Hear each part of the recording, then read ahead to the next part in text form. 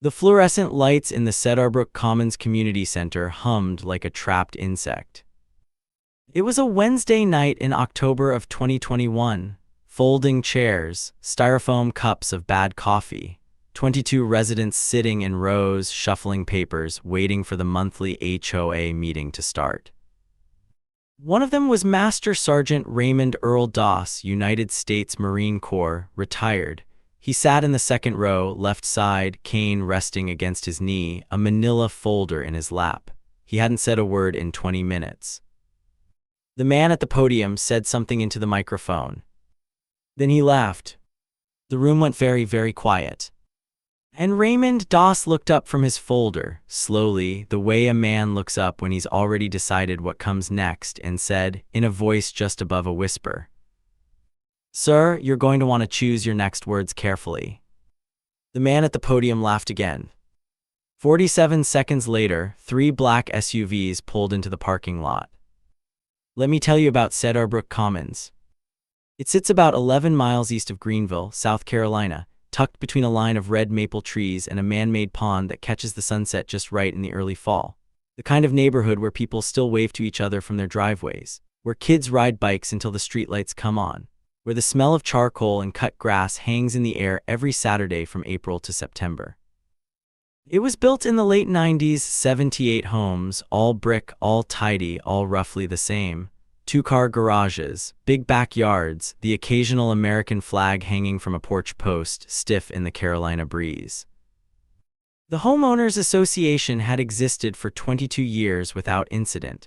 There were guidelines about lawn height, rules about holiday decorations, a shared pool that closed at 9, basic stuff, reasonable stuff, the kind of rules nobody really thought about because nobody needed to think about them. Until the spring of 2019, when the man at 14 Cedarbrook Drive came into power. But we'll get to him. For now, understand that this was, by every measure, a good place to live. A place built on the idea that neighbors look out for each other, that community means something. Raymond Doss had lived at 11 Cedarbrook Drive for 16 years. He intended to die there. Not anytime soon. But that was the plan. Master Sergeant Raymond Earl Doss, retired, United States Marine Corps. He enlisted at 19 in 1981 out of Spartanburg, South Carolina, the son of a textile worker and a schoolteacher. He served 26 years before his body finally told him it was time to stop. He'd done 2 tours in Lebanon, 1 in Somalia during the chaos of 1993, and 2 in Iraq, 1 in the Gulf War, 1 in the early years of Operation Iraqi Freedom. He'd been shot at, blown up twice by IEDs, and once evacuated under fire from a building that collapsed 40 seconds after he walked out of it. He didn't talk about any of that. What he talked about when he talked, which wasn't often, was his garden.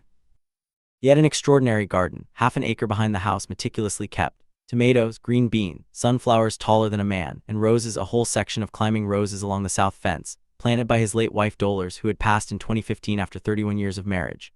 She had planted those roses the first spring they moved in. Raymond had been tending them ever since, the same way she did, with the same mulch, the same pruning schedule, the same quiet pride. He was 60 years old in 2021, 6 feet tall, built like he'd been carved from something that didn't erode easily.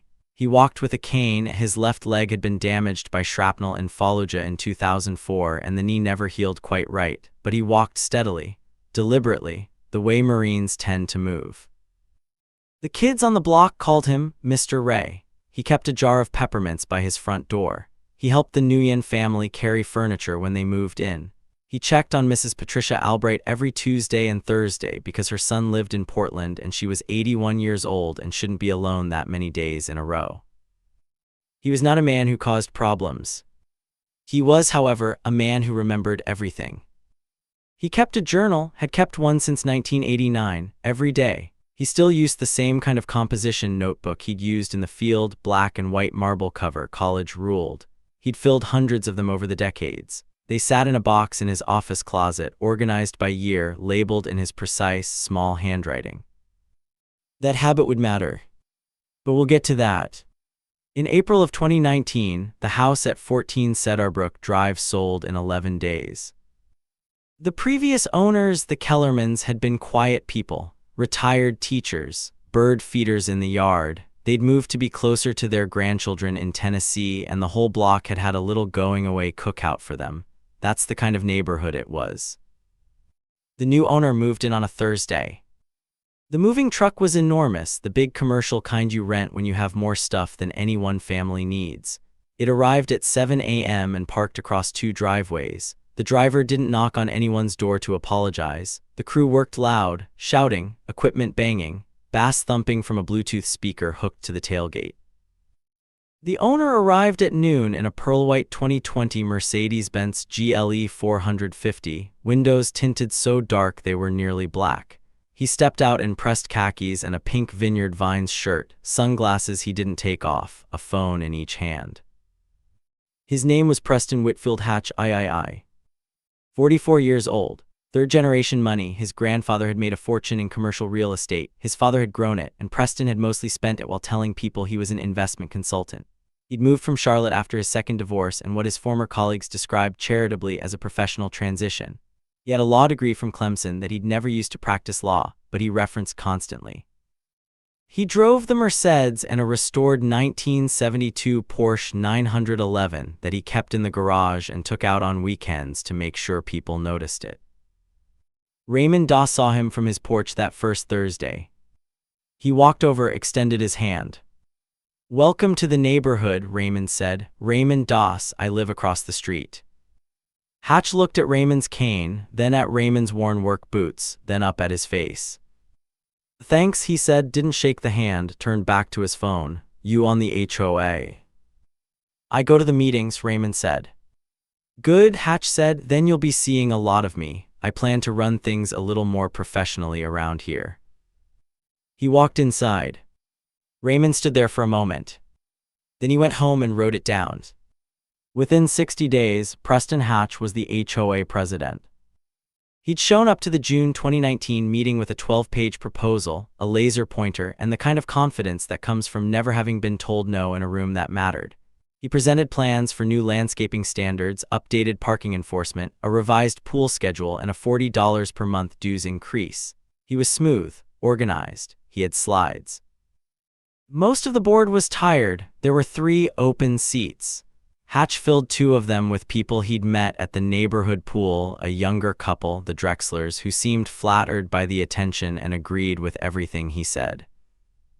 By August, he had the gavel. Raymond had voted against him, so had Patricia Albright and 2 others. It wasn't enough. The first real incident came in September of 2019. Hatch issued Raymond a formal violation notice, certified mail, legal letterhead, stating that Raymond's rose garden, the one Dollars had planted, the one Raymond had tended for 16 years, was in violation of a new HOA bylaw Hatch had quietly pushed through in the July meeting. The bylaw restricted non-grass ground cover in the rear visible easement zone to no more than 25% of the fence line. The roses covered 60%.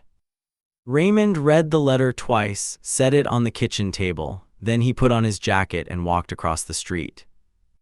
He knocked. Hatch answered in a bathrobe, coffee in hand, already smirking. "I got your letter," Raymond said. "Great," Hatch said, 30 days to comply or it's a $200 fine per week. "Those roses were planted by my wife," Raymond said. "She passed 6 years ago." Hatch's expression didn't change.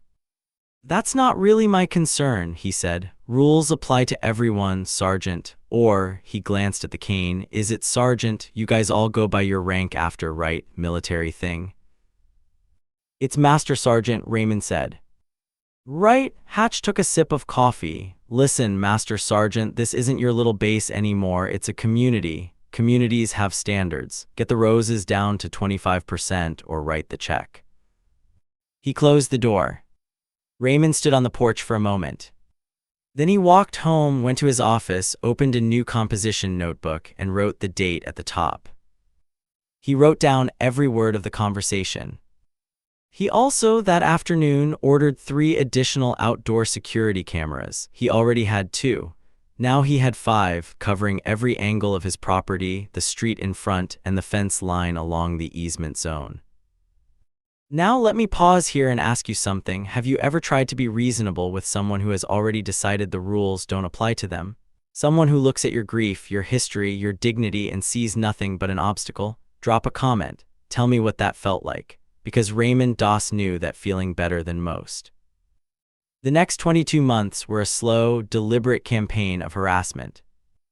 Raymond documented every single incident. October 2019, Hatch filed a complaint with Greenville County Animal Control claiming Raymond's dog, a 7-year-old golden retriever named Corporal, who had never in his life bitten anything other than a tennis ball, was aggressive and off-leash. Animal Control came, found Corporal asleep on the porch on a 6-foot lead. The complaint was dismissed. Raymond wrote it down. January 2020, Hatch had the HOA place a boot on Raymond's truck, a 2011 Ford F-250 parked in his own driveway, citing a new bylaw about vehicles with visible mechanical modifications being considered commercial vehicles. Raymond's truck had a brush guard and a toolbox in the bed. The boot was on for 6 hours before a county deputy came and removed it after Raymond made one phone call. Raymond wrote it down, and he photographed the boot. And the deputy's report. March 2020, Hatch sent a letter to all 78 households claiming that Raymond had been verbally aggressive at the February HOA meeting. Raymond had, in fact, asked a question about the revised budget. Calmly, with his hand raised, he had 3 witnesses. He wrote it down. June 2020, Raymond's mailbox was destroyed. Hit by a vehicle, the post snapped clean, the box lying in the gutter at 6 a.m. on a Tuesday. One of Raymond's cameras had caught it. A pearl-white Mercedes GLE 450 moving slowly at 2:17 a.m. The license plate was partially obscured by mud deliberately, Raymond suspected, but the vehicle profile, the wheel size, and a distinctive scuff on the rear passenger panel were visible. Raymond didn't call the police. Not yet. He saved the footage. He wrote it down. August 2020, a formal HOA letter arrived demanding Raymond remove an unapproved structure from his backyard, the woodworking shed he had built in 2009, with permits, long before Hatch had ever seen the neighborhood. Hatch had somehow gotten a board vote to classify it retroactively as a non-conforming accessory structure. Raymond hired an attorney, an old friend, a retired JAG officer named Colonel Marcus Webb, who had spent 30 years in the Marine Corps Legal Division before going into private practice in Columbia. Webb sent a single letter back, citing 4 specific South Carolina statutes and 1 relevant county ordinance. The HOA dropped the issue within a week. Raymond wrote it down. He also told Webb to keep his calendar flexible. November 2020, Hatch filed a police report claiming Raymond had threatened him during a neighborhood association email thread. Raymond had written in response to a proposed dues increase, "I respectfully disagree with this assessment and believe it warrants a full community vote before implementation." The police came, spoke with Raymond, looked at the email, apologized for wasting his time. Raymond showed them his documentation binder, a 3-inch 3-ring binder by this point, organized by date with photo printouts and camera footage logs. The officer, a young corporal named Deshaun Harris, looked through it for 10 minutes without saying a word. "Sir," Officer Harris finally said, "you're building a case." "Yes, I am," Raymond said. "You need to know the right people," Harris said. Raymond smiled for the first time in a while. "Son," he said, "I've been in the Marines for 26 years. I know a lot of people." It happened on a Saturday morning in late March of 2021. March 27th, a cold morning, sky the color of old pewter, the kind of Carolina cold that's damp and gets into your joints. Raymond had been awake since 5:30. He'd had his coffee. He'd fed Corporal. He'd spent an hour in the woodshop working on a rocking chair he was building for Patricia Albright's birthday. At 7:45, he went out back to check on the roses. They were gone.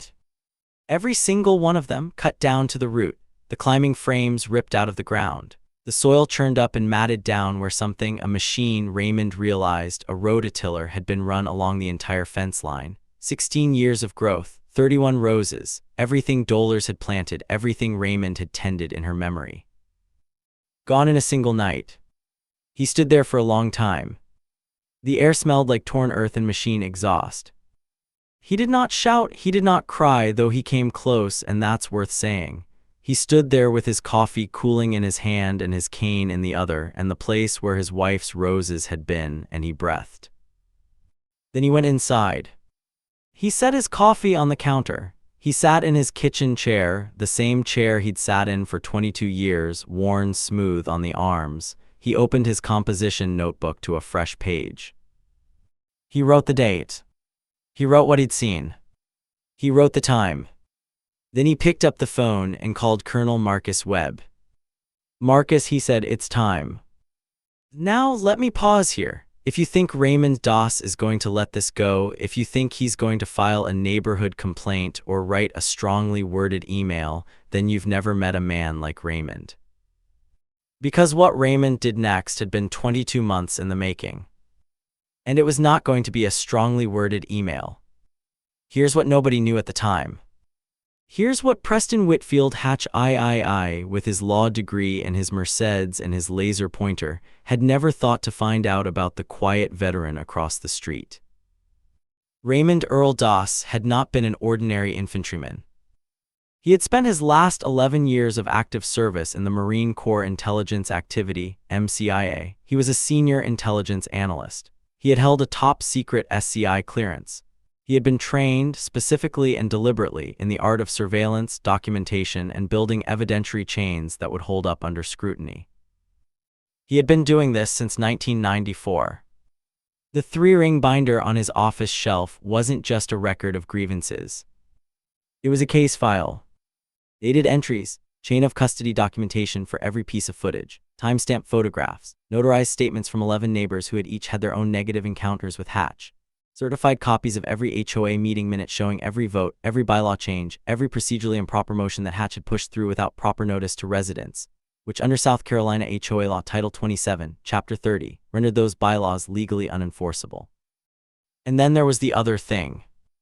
Colonel Marcus Webb, Raymond's attorney, had spent 30 years as a JAG officer, but his specialty before he retired had been financial crimes, specifically fraud within military contracting. He had an instinct for it. When he'd started looking into Preston Hatch's background to build the civil harassment case, he'd found something.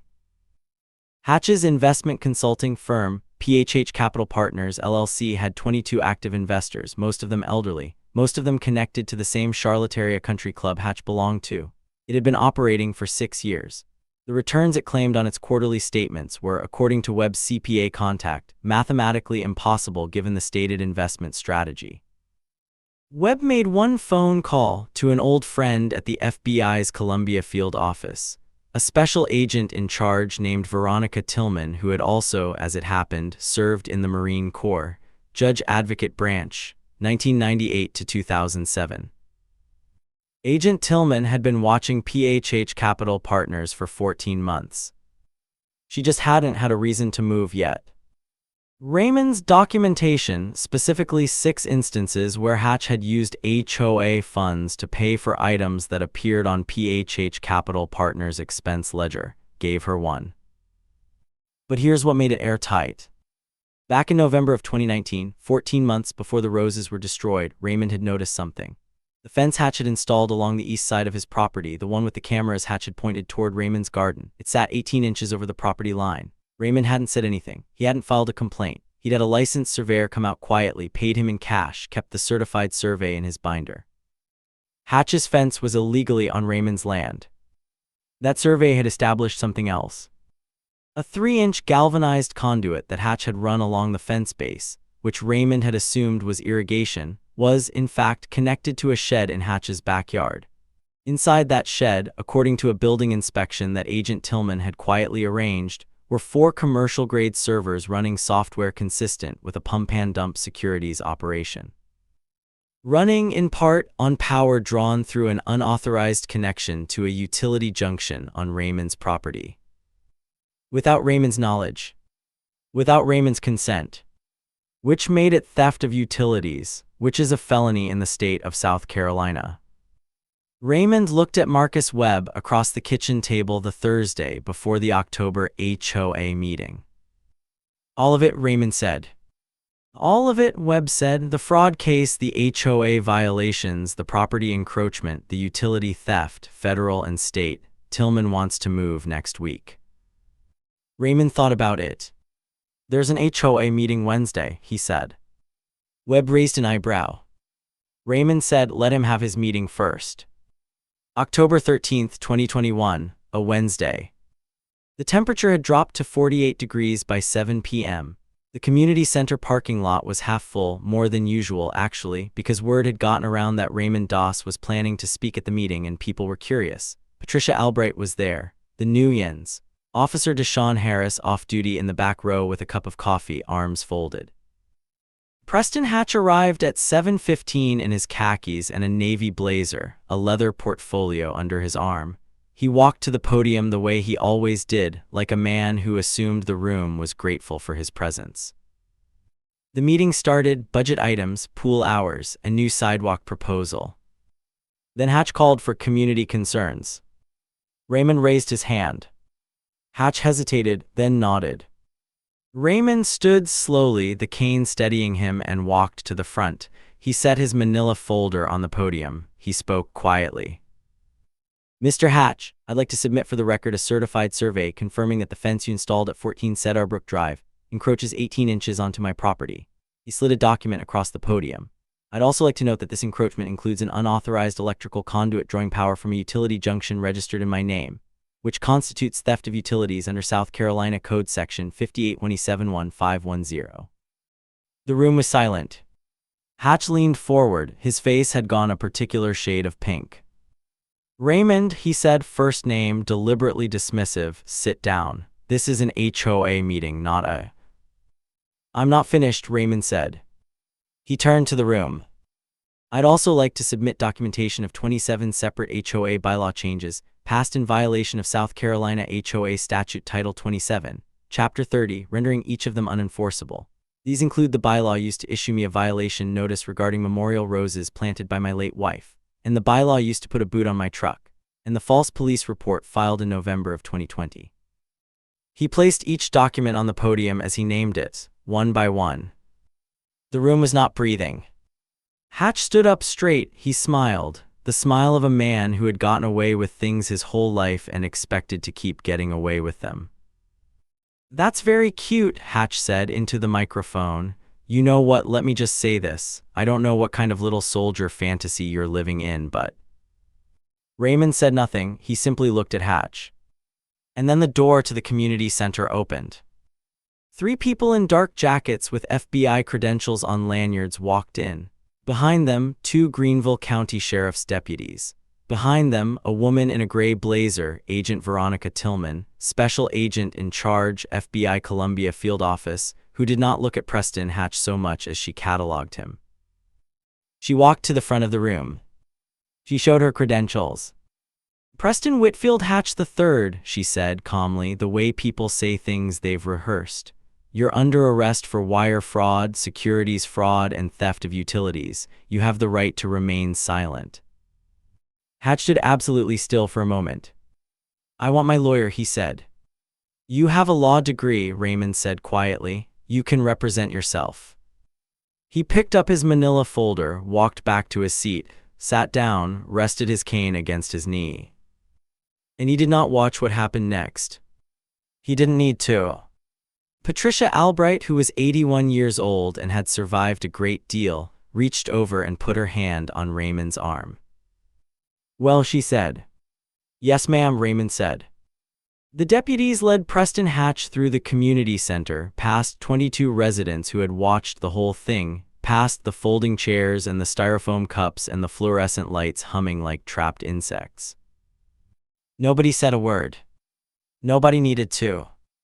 Now let me ask you this because I think it matters. Have you ever sat in a room and watched someone who hurt you finally face what they did? Not just face it, but have it handed to them in front of the very people they were trying to impress? Drop a comment. I want to know if it felt the way you thought it would. The legal proceedings were swift by federal standards.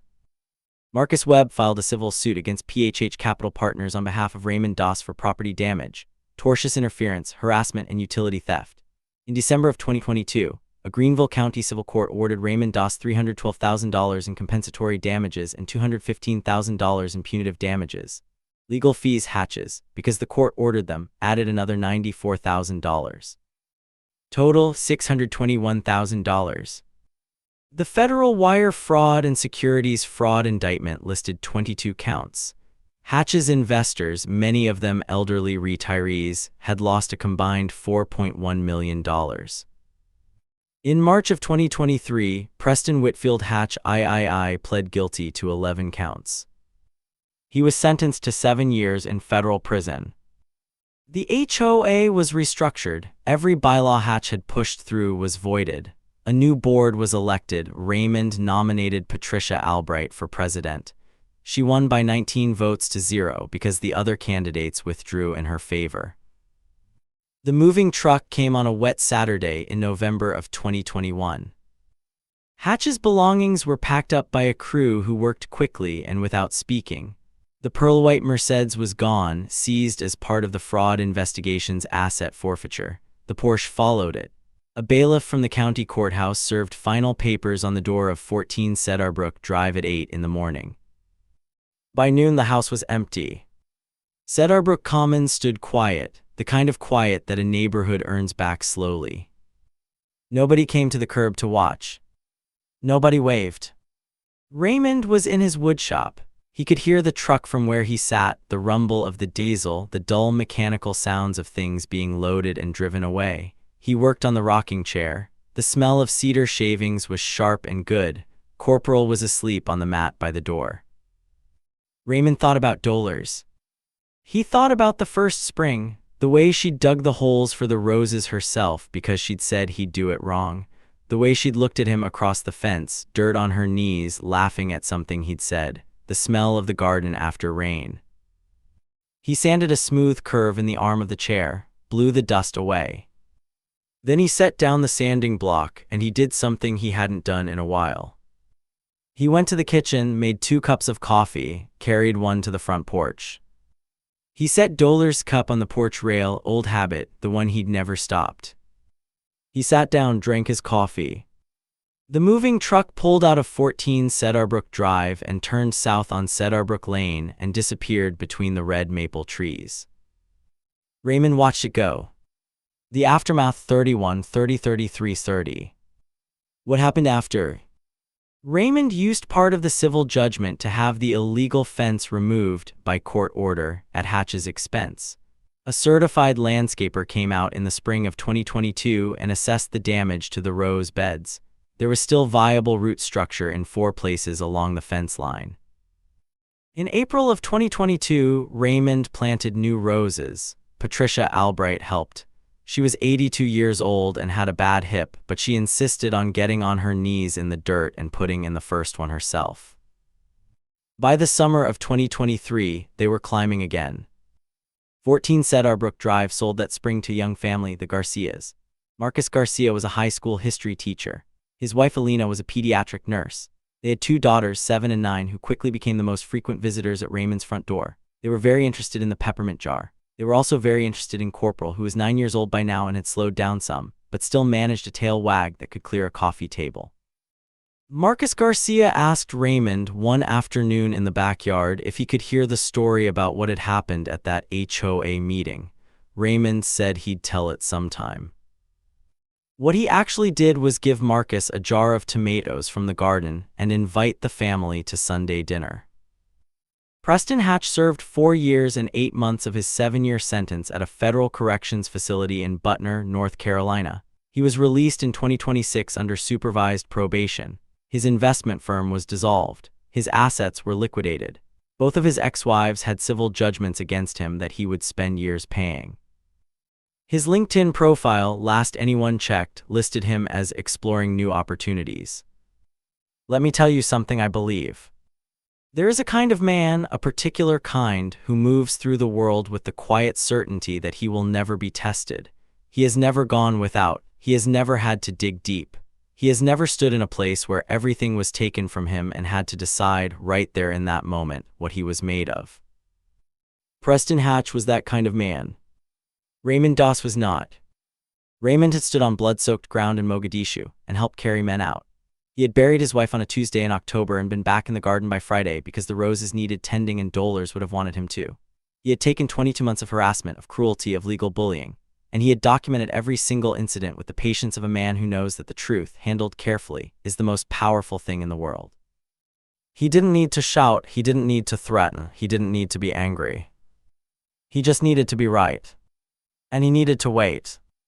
You see, folks, the thing about a man like Raymond is that he learned something the rest of us sometimes forget. He learned it not in any classroom, but on the other side of the world, in places where the wrong decision meant someone didn't come home. He learned that patience is not weakness, that stillness is not surrender, that the most powerful thing you can do to a man who underestimates you is let him keep underestimating you until it's too late. Never mistake a quiet man for a weak man. Never mistake patience for permission. And never pick a fight with a veteran who has spent 30 years learning exactly what it takes to win. Because he's already thought about it more carefully than you have. And he started taking notes before you even knew there was a game. This story is inspired by real events and public court records. Names, locations, and specific details have been changed or dramatized for storytelling purposes. Any resemblance to real individuals is coincidental.